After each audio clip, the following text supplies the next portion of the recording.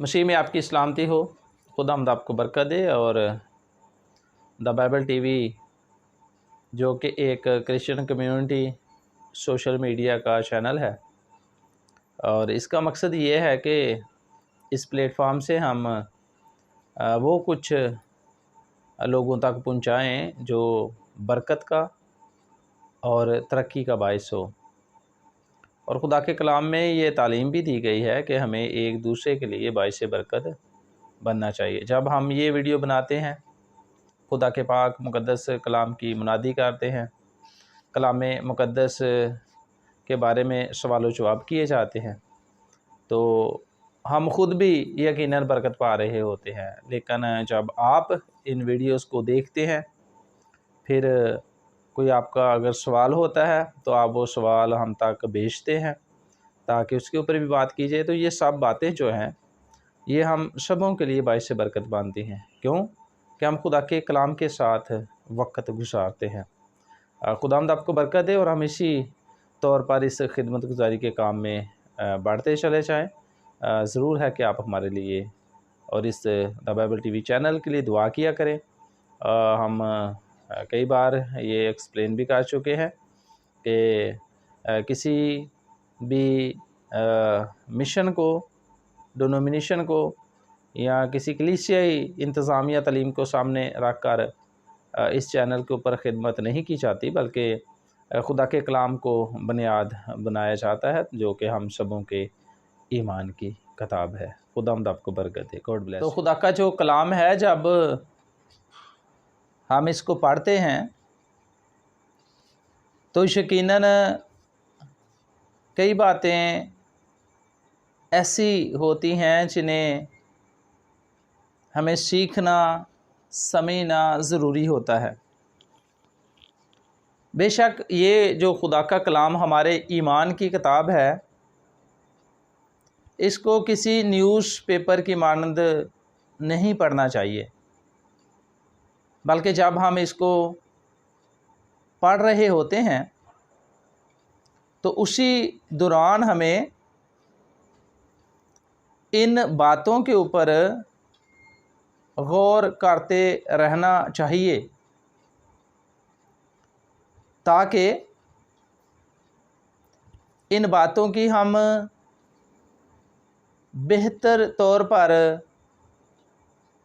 रहनुमाई हासिल कर सकें, इन बातों की लायक तौर पर हम जानकारी हासिल कर सकें, इन बातों की हमें जो मार्फत है वो मिल सके।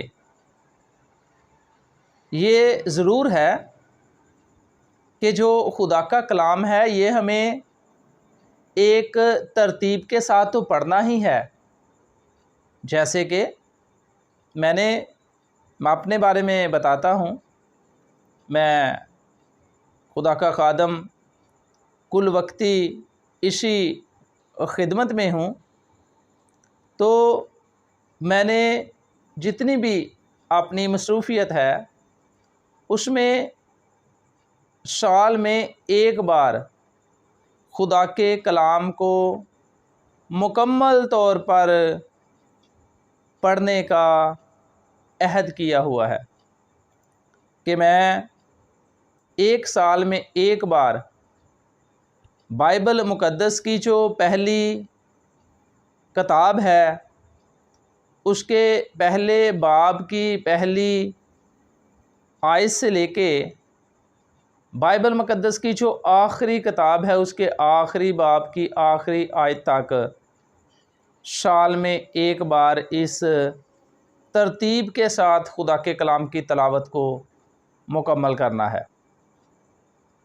तो जब हम इस तौर पर पढ़ते हैं तो हम खुदा के कलाम से गो थ्रू हो जाते हैं, यानी पढ़ते पढ़ते हमें जो खुदा के कलाम की बातें हैं उनकी बहुत सी जानकारी मिल जाती है। मिसाल के तौर पर कि जब हम पैदाइश की किताब को पढ़ते हैं तो हमें पता चलता है कि पहले जो 11 बाब हैं उन तक एक दौर मुकम्मल हो जाता है और 12वें बाब से हम खुदा का जो बुलावा है वो अब्राहम के लिए देखते हैं। और ये जो किताब है ये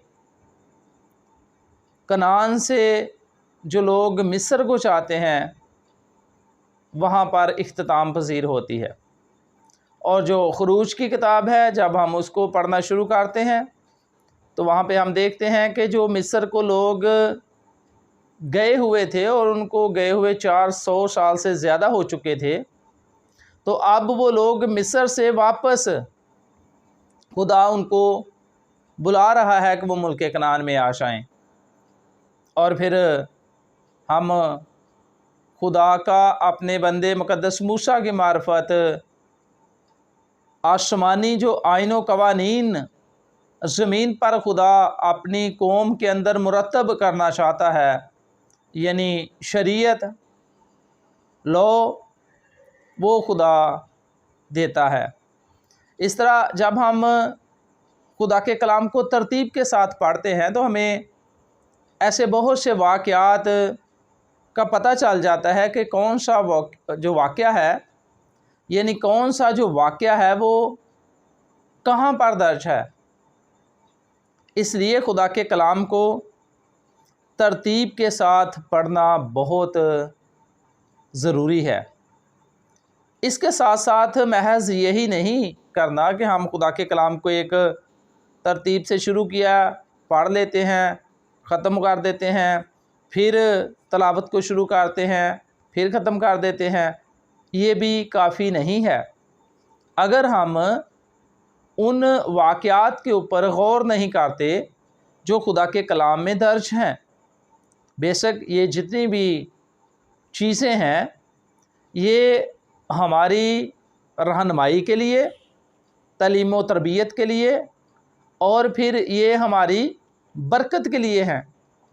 तो पढ़ते पढ़ते बहुत सी चीज़ों पर साथ साथ ही हमें गौर करते रहने की ज़रूरत है, अगर हम अपने लिए और फिर उसके बाद दूसरों के लिए भी बाइश बरकत बनना चाहते हैं। और आप सब जानते हैं कि खुदा ने हम जो यीशु मसीह पर ईमान रखने वाले लोग हैं हमें बाइश बरकत बनाया है कि हम दूसरों के लिए भी बरकत का वसीला बने। एक खुदा का कलाम ही तो है जो हमें ये मार्फत की बातें बताता है और खुदा का पाक रूह है जो हमें कुव्वत और ताकत देता है, हमारा मददगार है कि हम खुदा के कलाम की जो बाबरकत और हमारी अक्ल व फ़हम को बढ़ाने वाली और हमें कामल करने वाली और हमें खुदा के साथ जोड़े रखने वाली बातें हैं, वो हमारी ज़िंदगी में रोज़ बरोज़ रचती बाजती जानी चाहिए। और खुदा का पाक रूह हमारा मददगार होता है कि हम जो सच्चाई की खुदा के कलाम की बातें हैं उन पर दिल लगाकर गौर करें और उनको अपनी ज़िंदगी का हिस्सा बनाएं। तो इसी तरह जब हम खुदा के कलाम को पढ़ते हुए बहुत सी बातें हमें ऐसी पढ़ने को मिलती हैं कि जिन्हें हमें आसानी से अंडरस्टैंड नहीं कर रहे होते, और फिर ज़रूर है कि उनकी बेहतर अंडरस्टैंडिंग के लिए खुदा के कलाम को जो गहरे तौर पर स्टडी करने वाले लोग हैं उनके साथ उसके बारे में बात करें, डिस्कस करें। हमें ऐसे खुदा के लोगों से रफ़ाकत रखने की भी ज़रूरत होती है और फिर उन बातों पर गौर व खोज करने की भी ज़रूरत होती है ताकि हम उन्हें बेहतर तौर पर जान पाएँ और इनको बेहतर तौर पर जानने, समझने और सीखने में यकीनन हमारी भलाई होती है। और खुदा के कलाम में लिखा हुआ है कि मेरे लोग अदमे मार्फत की वजह से हलाक हुए। कई बार हमारा जो कम इल्म है और जो काम इल्मी की हमारी बहस है वो कई बार हमारे लिए भी और दूसरों के लिए भी बरकत की बजाय नुकसान का बायस बनती हैं। तो हमारे पास एक सवाल आया है। सवाल ये है, मैं इस खुदा के पाक मुक़द्दस कलाम के हिस्से की तिलावत किए देता हूँ। खुदावंद यीशु मसीह की इंजील मुक़द्दस यूहन्ना की मार्फत लिखी गई और उसका 20वां बाब और उसकी 17वीं आयत की हम तलावत करेंगे। यीशु ने उससे कहा, मुझे ना छू, क्योंकि मैं अब तक बाप के पास ऊपर नहीं गया, लेकिन मेरे भाइयों के पास जाकर उनसे कह कि मैं अपने बाप और तुम्हारे बाप और अपने खुदा और तुम्हारे खुदा के पास ऊपर जाता हूँ। खुदावंद के कलाम के पढ़े और सुने जाने पर खुदावंद की बरकत हो, खुदावंद का शुक्र हो। तो यहाँ पे एक ऐसा हमें हकीकी वाक़या पढ़ने को मिलता है। खुदावंद यीशु मसीह ज़िंदा हुए हैं और खुदावंद यीशु मसीह का जो पहला ज़हूर है वो मरियम मगदलीनी के ऊपर हुआ है। और जैसे ही मरियम मगदलीनी के ऊपर यीशु मसीह ज़िंदा ज़ाहिर हुए हैं, उसकी खुशी की कोई इंतहा नहीं रहती। वो यीशु मसीह के करीब आ रही है, लेकिन यीशु मसीह उसे कह रहे हैं कि मुझे ना छू। तो सवाल ये है कि यहाँ पे पहले ज़हूर के वक़्त यीशु मसीह ने कहा कि मुझे ना छू, और ये टाइम है सुबह मॉर्निंग का, अर्ली मॉर्निंग का टाइम है। और फिर खुदा के कलाम को पढ़ते पढ़ते जब हम उसी दिन का वाक़या, दूसरा वाक़या देखते हैं, तो जब यीशु मसीह ने अपने शागिर्दों के बारे में कहा कि तू उनके पास जाकर उनको मेरे बारे में बता दे, तो फिर जो इसके बाद जिनको मरियम ने जाकर बताना होता है कि खुदावंद यीशु मसीह मुर्दों में से जी उठे हैं, उन पर भी खुदावंद यीशु मसीह का ज़हूर होता है। और ये हवाला है मुक़द्दस लूका की मार्फत यीशु मसीह का इंजीली बयान, उसका 24वां बाब और उसकी 39वीं आयत मुबारका में जो लिखा हुआ है, मेरे हाथ और मेरे पाँव देखो कि मैं ही हूँ, मुझे छू कर देखो, क्योंकि रूह के गोश्त और हड्डी नहीं होती जैसा मुझ में देखते हो। तो एक ही दिन में ये जो ज़हूर हुए हैं, इनमें एक जगह पे खुदावंद यीशु मसीह फरमा रहे हैं कि मुझे ना छू, और दूसरी जगह पे उसी दिन शाम के वक़्त यीशु मसीह अपने आप को छूने की दावत दे रहे हैं। तो सवाल आया है कि ये जो बात है इसको हम किस तरह से जान सकते हैं, इसके बारे में किस तरह से समझ सकते हैं कि इनमें क्या राज है, इसमें क्या भेद की बात है कि खुदावंद यीशु मसीह एक जगह पर छूने से मना कर रहे हैं और दूसरी जगह पर छूने का कह रहे हैं।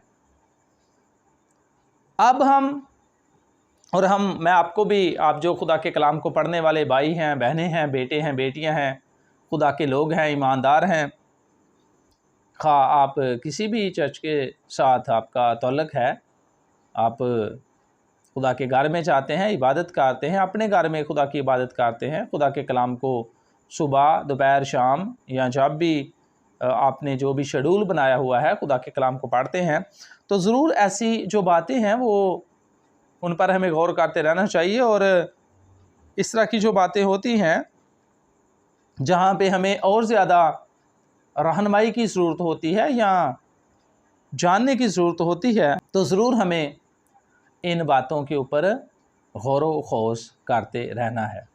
तो आएँ ज़रा फिर इस बात के बारे में जान पाएँ कि ये क्या बात है।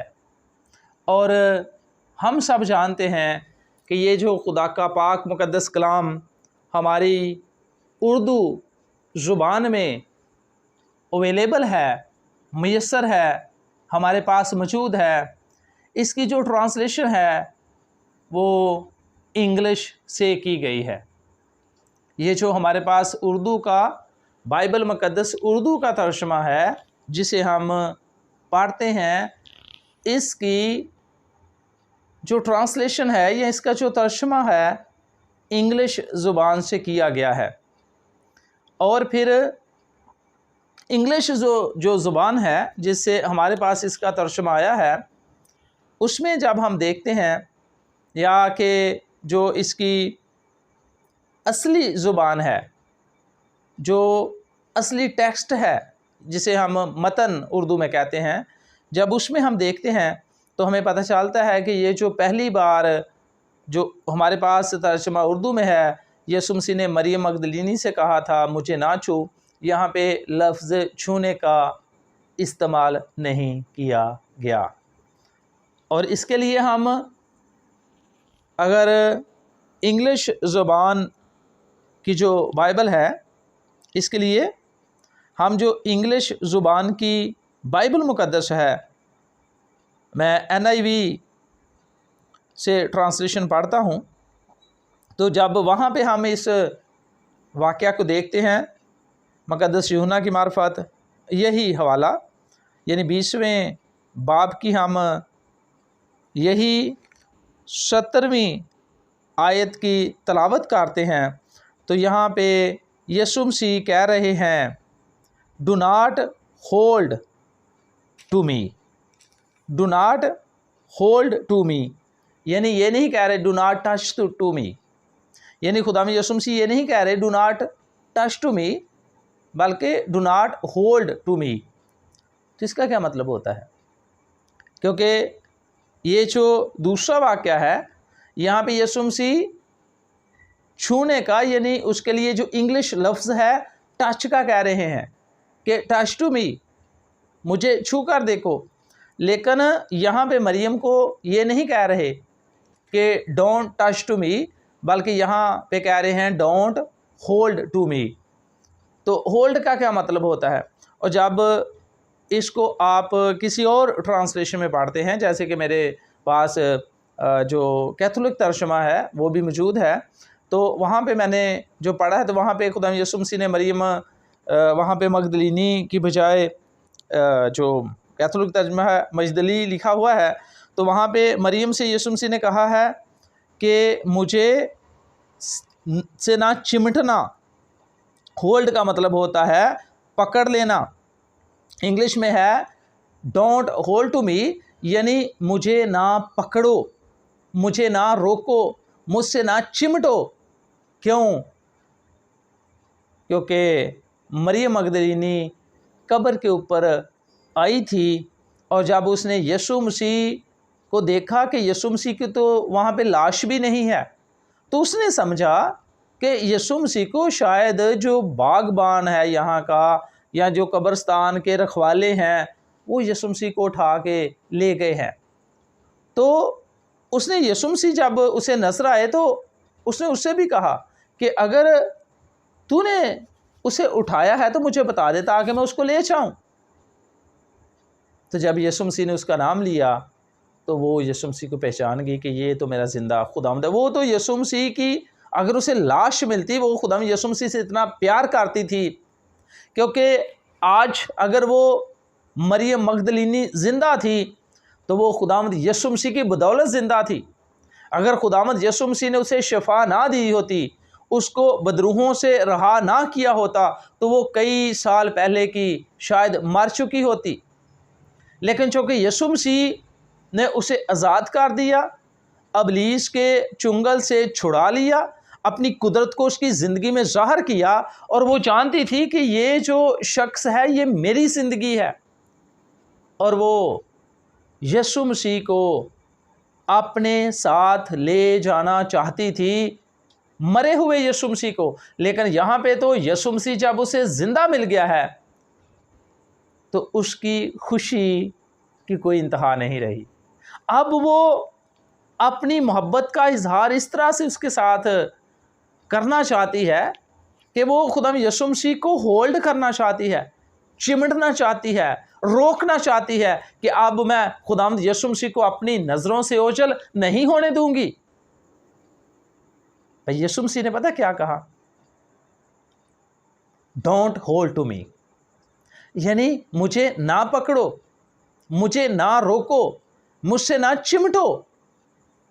यहाँ पे इसका जो तर्जुमा छूना किया गया है ये नहीं है, बल्कि हकीकी जो बात है वो ये है कि मुझे ना पकड़ो।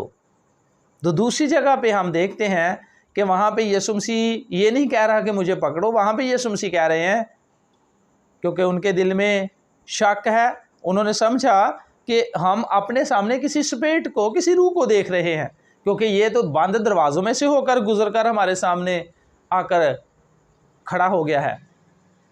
लेकिन यीशु मसीह ने दावत दी कि मुझे छू कर देखो, मुझे टच करके देखो, क्योंकि जब आप किसी स्पिरिट को टच करते हैं तो आप ऐसे उसके तरफ हाथ बढ़ाते हैं तो हाथ उसमें से गुजर जाता है, क्योंकि स्पिरिट इस तरह होती है जिस तरह के एयर, जिस तरह हवा में से हाथ गुजर जाता है और हमें कोई भी ठोस चीज़ फील नहीं होती, उसी तरह से स्पिरिट होती है, उसी तरह से रूह होती है।